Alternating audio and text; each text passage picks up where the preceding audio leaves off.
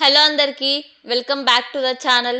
స్పినారో commercial limited ఈ company 2012లో start చేశారండి. వీళ్ళ బిజినెస్ సెగ్మెంట్ వచ్చేసి 3 కేటగిరీస్లో ఉంది.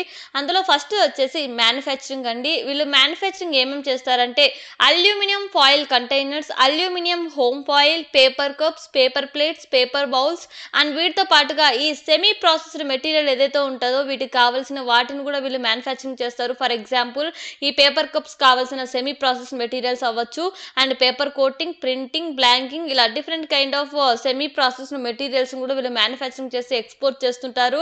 అండ్ సెకండ్ వచ్చేసి ట్రేడింగ్ అండి. ఇక్కడ ఏంటంటే ఈ మ్యానుఫ్యాక్చరింగ్ ప్రోడక్ట్ ఏవైతే ఉన్నాయో వాటిని మ్యానుఫ్యాక్చరింగ్ చేసే మెషిన్స్ ఉంటాయి కదా వాటిని కూడా వీళ్ళు సెల్ చేస్తుంటారు. For example high speed paper cup making machines and flexo printing machines and automatic roll die cutting machines ఇలా డిఫరెంట్ కైండ్ ఆఫ్ ప్రోడక్ట్ యొక్క మెషిన్స్ కూడా వీళ్ళైతే సెల్ చేస్తున్నారండి. అది వచ్చేసి సెకండ్ సెగ్మెంట్.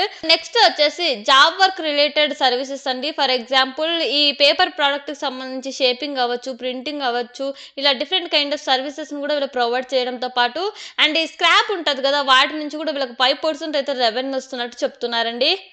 నెక్స్ట్ ఈ కంపెనీలో ఓవరాల్ ఎంప్లాయీస్ వచ్చేసి 35 ఎంప్లాయీస్ ఉన్నారండి. అండ్ ఈ కంపెనీ ఒక మార్కెట్ క్యాపిటల్ వచ్చేసి 35 crores పైగా అండ్ సేమ్ ఇండస్ట్రియల్ కాంప్లెక్స్ లోనే వీళ్ళకు డ్యూయల్ మ్యానుఫ్యాక్చరింగ్ యూనిట్స్ కూడా ఉన్నట్టు చెప్తున్నారు.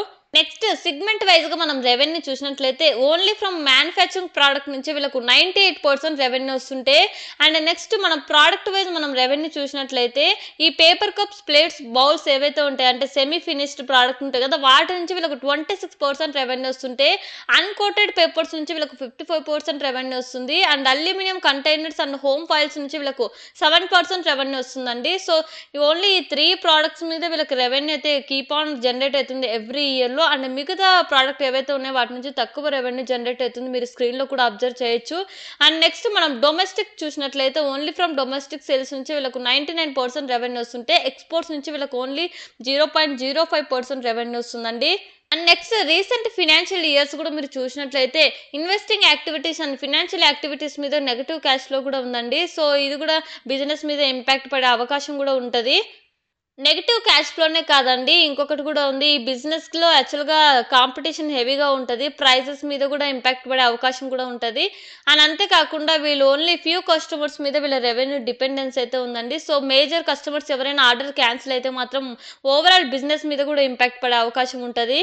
అండ్ వీటితో పాటు వీళ్ళు వచ్చిన ఫినాన్షియల్ వాల్యూస్ ఏవైతే ఉన్నాయో నాకు అవి కూడా ఇంప్రెసివ్ గా కనపడట్లేదండి. స్క్రీన్ లో కూడా మీరు అబ్జర్వ్ చేయొచ్చు. అండ్ డెప్ట్ కూడా 1.25 ఉంది which is very high. And long term పరంగా మనం గ్రోత్ కూడా చూడాలి కాబట్టి నాకైతే అంత ఇంప్రెసివ్ గ్రోత్ అయితే కనపడట్లేదు ఈ బిజినెస్ లో.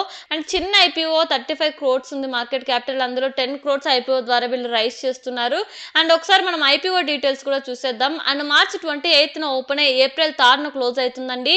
ఫేస్ వాల్యూ వచ్చేసి 10 per share, ప్రైస్ బ్యాండ్ వచ్చేసి 51 per share, లాట్ సైజ్ వచ్చేసి 2000 shares.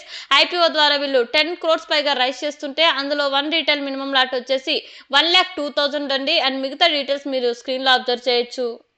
సో ఎక్కువగా ఈ ఐపీఓలో నా గ్రోత్ కంటే రిస్క్ ఎక్కువగా కనపడుతుంది. సో పర్సనల్గా నేనైతే ఈ ఐపీఓను అవాయిడ్ చేస్తున్నాను. ఒకవేళ మీరు అప్లై చేయాలనుకుంటే మీ ఓన్ అనాలిసిస్ ఆర్ఎల్స్ మీ ఫినాన్షియల్ అడ్వైజర్తో కనెక్ట్ అయిన తర్వాత డెసిషన్ తీసుకోండి. And grey market premium as of now వచ్చేసి 0% ఉందండి. ఇది చేంజ్ కూడా అవ్వచ్చు. అండ్ ఒకవేళ మీకు ఈ వీడియో ఇన్ఫర్మేటివ్గా అనిపిస్తే please like, share and subscribe and thank you for watching.